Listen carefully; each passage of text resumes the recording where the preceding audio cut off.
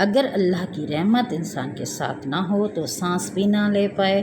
انسان کے ارادوں کی تکمیل کے بجائے اس کا کوئی کمال نہیں، بلکہ یہ سب کرم اللہ کی طرف سے ہے۔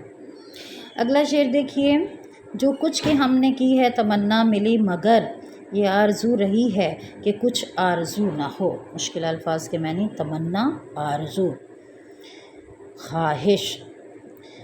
مفہوم ہے کہ ہر تمنا تو پوری ہوئی، مگر یہ آرزو ہمیشہ میری رہی ہے کہ میری کوئی آرزو نہ ہو۔ شعر میں ایک گمبھیر سی بات ہے کہ آرزو رہی کہ آرزو نہ ہو۔ اب یہاں پہ شاعر نے دیکھے تشکر اور اطمینان کے ملے جلے جذبات سے اپنی دلی کیفیت بیان کی ہے، اور وہ کہتا ہے کہ میں نے جو بھی تمنا کی وہ پوری ہوئی، اللہ کا شکر ہے۔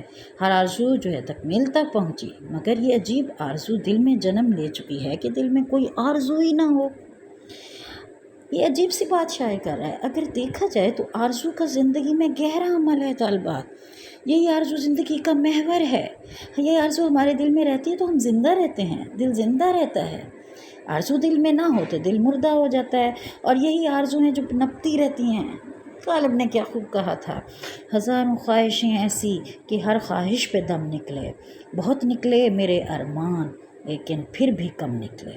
اور اگر آرزو نہ ہو تو زندگی ایک پھول ہے بے خوشبو کے، لفظ بے معنی کے، بغیر علم عمل کے، اور بے سود ذہنی ریاضت ہے۔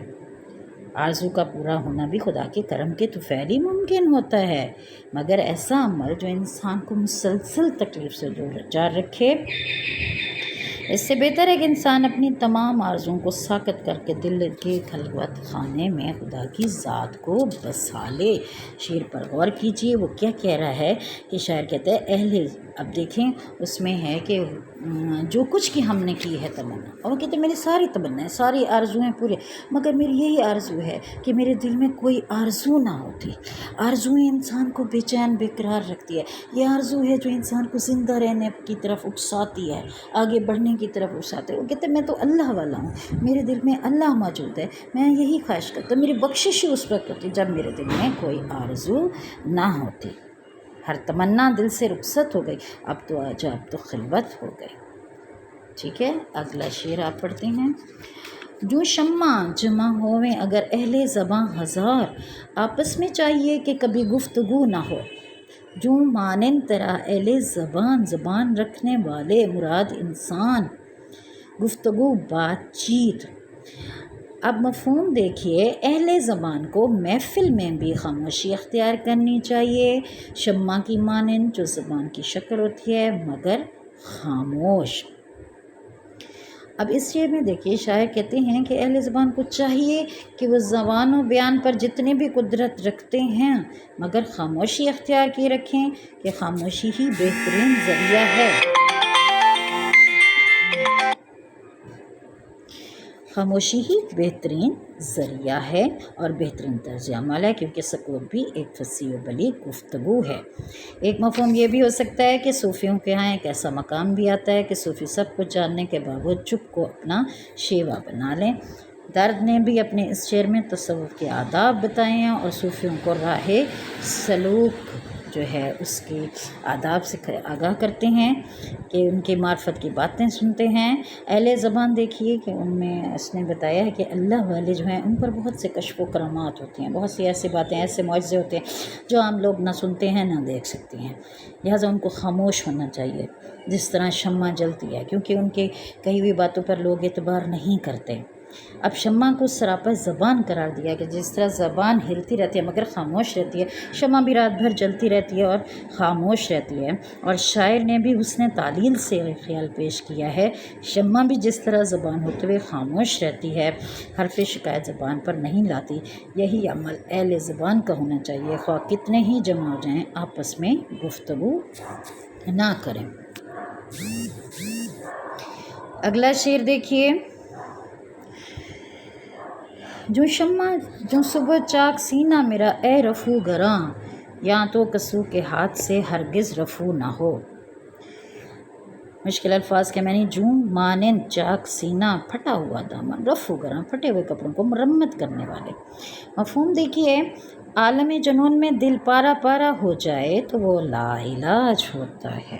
اب یہاں دیکھیں اپنے شاعر نے جو ہے نا عشق کی انتہا، جنون کی انتہا کا ذکر کیا ہے کہ جس طرح دنیا کی آپ دیکھیں ایک عاشق ہے، اس کا عشق جب جنون کی انتہا کو پہنچتا ہے تو پھر اس کا سینہ چاک ہو جاتا ہے، اپنا سینہ چاک کر کے جنگلوں اور بیابانوں میں پھرتا ہے، اپنی دیوانگی کو عام کرتا ہے۔ اور شاعر نے بھی یہی کہا ہے کہ میرے دل میں عشق کا جو سمندر ہے وہ ٹھاٹھے مار رہا ہے، اور اس کی وجہ سے کیا ہوا ہے، ویسے ہو گیا ہے میرا سینہ اب صاف شفاف ہو گیا ہے کہ جیسے صبح رات کی تاریکی کو چیر کر صبح نمودار ہوتی ہے، اسی طرح میرا سینہ بھی چاک ہو گیا ہے۔ اب یہ جو سینہ پھٹ گیا ہے یہ رفو گر کے ہاتھ سے رفو نہیں ہوگا، کیونکہ وہ عام کپڑے کو تو رفو کر سکتے ہیں، مگر میرا سینہ جو عشق کی وجہ سے پھٹا ہے اس کو چاک نہیں کر سکتے۔ یہ سینہ اگر رفو ہوگا تو محبوب کی وجہ سے ہوگا، محبوب کی مہربانی، لطف و کرم اور عنایت سے ہوگا۔ اس لیے شاعر نے کہا ہے کچھ اس لیے بھی مسیحا سے حال دل نہ کہا، وہ رو رہا تھا میرے اشک صاف کیا کرتا۔ لاسٹ شعر ہے، آئیے تشریح کرتے ہیں۔ اے درد زنگ صورت اگر اس میں جا کرے، اہل صفا میں آئینہ دل کو رو نہ ہو، زنگ صورت زنگ کی مانند جا کرے، جگہ بنائے جگہ پیدا کرے، اہل صفا پاک دامن صاف باطن لوگ صوفیہ اکرام، رو چہرہ یہاں مراد کیا ہے، سرخ روئی یعنی کامیابی، جا کرنا جگہ پانا۔ تشریح دیکھیں، مفہوم اس طرح شاعر بیان کرتا ہے کہ اے درد اگر اہل صفا کا دل قدورت اور غیر اللہ کی سیاہی سے دھندلا ہو جائے تو اس میں محبوب کا چہرہ صاف دکھائی نہیں دیتا۔ تشریح میں آئیے دیکھیں، لفظ روح سے مراد چہرہ ہے، اہل صفا کے حوالے سے اب کامیابی کا انحصار دل میں خدا تعالیٰ کی موجودگی سے ہے۔ کہ شاعر نے کیا خوب کہا، مجھے شعر یاد آیا ہے کہ دل کے آئینے میں ہے تصویر یار، جب ذرا گردن جھکا لی صاف لی۔ اور یہ یار یعنی اللہ کے، اس کے محبوب کی تصویر دل کے آئینے میں اس وقت آتی ہے جب دل کا آئینہ صاف اور شفاف ہو، دنیاوی آلائشوں سے پاک ہو۔ اگر اس میں زنگ آ جائے، کسی غیر اللہ کا تصور آ جائے تو ظاہر ہے وہ چہرہ دکھائی نہیں دیتا۔ اس لیے شاعر اپنے آپ سے مخاطب ہو کہتے ہیں کہ اگر تیرے دل میں کوئی اور چیز جگہ بنانے میں کامیاب ہو گئی تو پھر خدا کے جلووں سے محروم ہو جائے گا، کیونکہ اگر کوئی اور بس گیا تو تیرے دل میں زنگ لگ جائے گا، اور جب اس میں زنگ لگ جائے تو عکس دکھائی نہیں دیتا۔ ٹھیک ہے عزیز طالبات، ہم نے اس غزل کی تشریح کر لی، امید آپ کو سمجھ آ گئی ہوگی۔ مشکل الفاظ کے معنی یاد کیجئے اور اس کا تشریح اچھی طرح سے یاد کیجئے۔ کل انشاءاللہ اگلا شاعر ہمارا سٹارٹ ہوگا، ہمارا شاعر خواجہ میر درد۔ اختتام ہم نے اس کو اختتام پذیر کر لیا، 2 غزلیات کی تشریح ہو گئی۔ خوش رہیں، اپنے گھر میں رہیں، سیف رہیں۔ اوکے، اللہ حافظ۔